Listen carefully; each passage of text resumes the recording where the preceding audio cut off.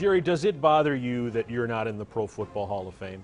You know, professional football has been so good to me, and I have had such a wonderful career, and I'm at this age still doing interviews and doing things and being named to all-time teams and this kind of stuff, and that's wonderful. And I consider each one of those a little bit of applause or a little bit of a present. And I think the game has given me thousands upon thousands upon thousands of presents. And to be upset or angry about not getting a present seems to me to be a little small.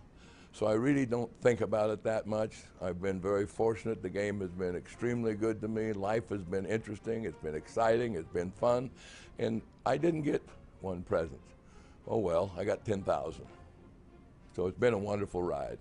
Donald, are you thinking at all about Canton and your possibilities? You know, if I get there, I get there. What I've accomplished throughout my career is truly a blessing, and I wouldn't change it for the world. I told Bob Harlan this a long time ago. If I never make it to anywhere else, as long as I'm in the Packers Hall of Fame, to me, that's all that matters, because that's the ultimate. That's the ultimate for me, and the tradition of just being part of a great organization, as long as I played here, is a blessing, and that's for me. That is the pinnacle of my career, is to see myself stand up there one day in front of all the community and the fans and receive that Hall of Fame thing from the Lambeau and say, hey, I've done it. And now I'm truly true legends. Santana, I'm sorry I have to bring this up, but you're the only one sitting here who knows what it's like to lose a Super Bowl in Super Bowl 32 against the Broncos in San Diego.